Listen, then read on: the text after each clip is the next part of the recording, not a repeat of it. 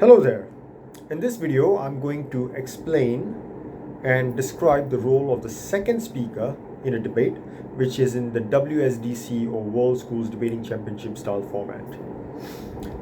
Whether you are on the proposition team or on the opposition team, if you are a second speaker in a debate, first and foremost, what you need to do is get up and defend any attack that would have come from a speaker on the other side who would have spoken before you against the case as it has been set up and described by the speaker before you on your own team, your first speaker, in the form of counter rebuttals. So take whatever rebuttals that may have come against the case set up by your first speaker on your team, whichever side you're on, proposition or opposition.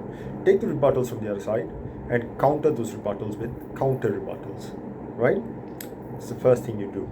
So then counter rebuttals against the constructive substantive arguments within the case division that were delivered by the first speaker before you. So two levels of counter rebuttals. One, to counter rebuttals against the case of your team, against the reasons of why you should promote or forward the motion, support the motion, right? Propose it as a proposition team, or why you should oppose the motion as an opposition team, right?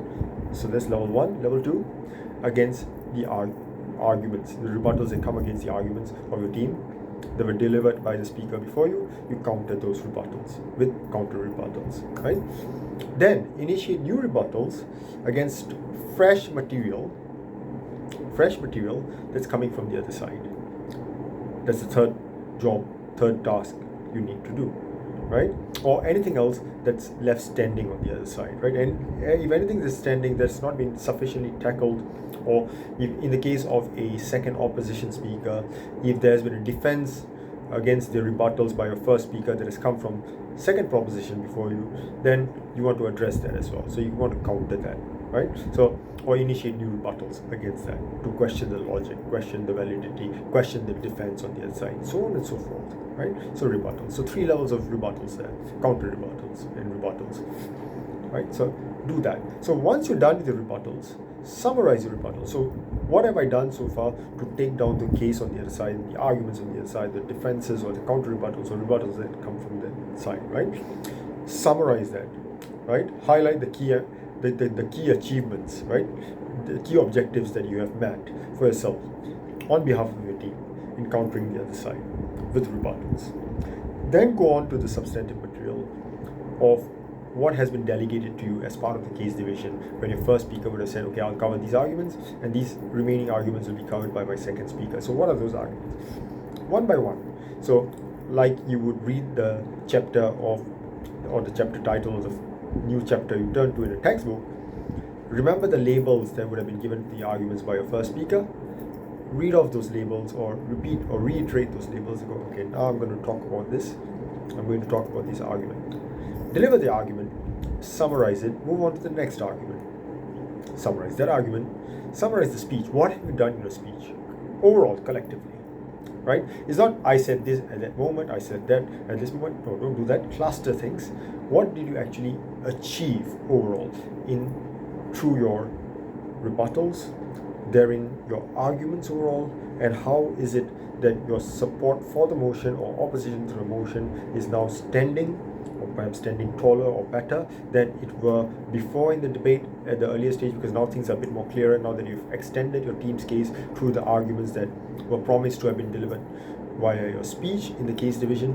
Okay, so how your case stands and how the other side has fallen further away in this debate from taking the debate, right, over the course of this exchange. So that's the role of the second speaker, right?